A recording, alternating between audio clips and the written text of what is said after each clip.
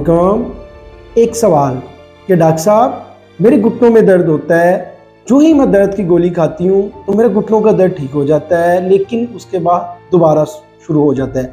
ये सवाल हमें अक्सर सुनने को मिलता है।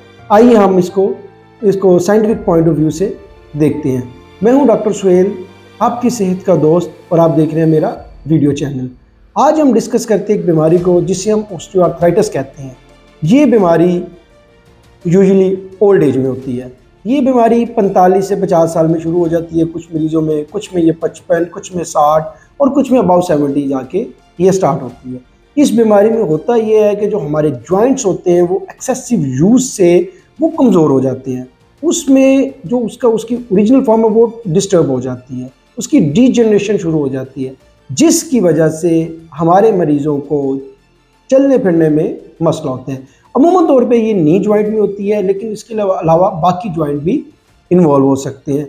जब भी मरीज़ हमारा थोड़ा सा वॉक ज़्यादा करता है, वो ज़्यादा अपने जॉइंट को ज़्यादा यूज़ करता है, उसको पेन शुरू हो जाती है।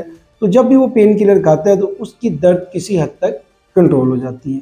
मरीज़ अक्सर ये सवाल करता है कि डॉक्टर साहब मुझे इसकी प्रॉपर ट्रीटमेंट बताएं कि मैं क्या करूँ कि मेरा जॉइंट जो है वो प्रॉपर तौर पर ठीक हो जाए।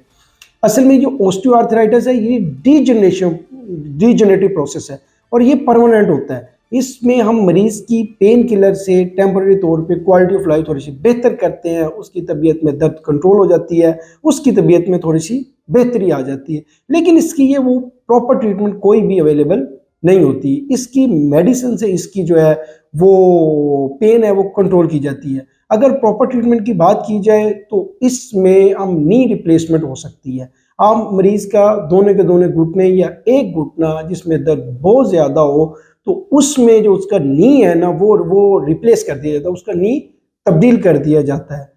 अगर नी जो है वो तब्दील ना किया जाए तो तब तक उसको जो पेन किलर होती है मेडिसिन उससे चलाया जाता है। आज की वीडियो के लिए इतने, मिलते हैं नेक्स्ट वीडियो में। शुक्रिया, अस्सलाम वालेकुम।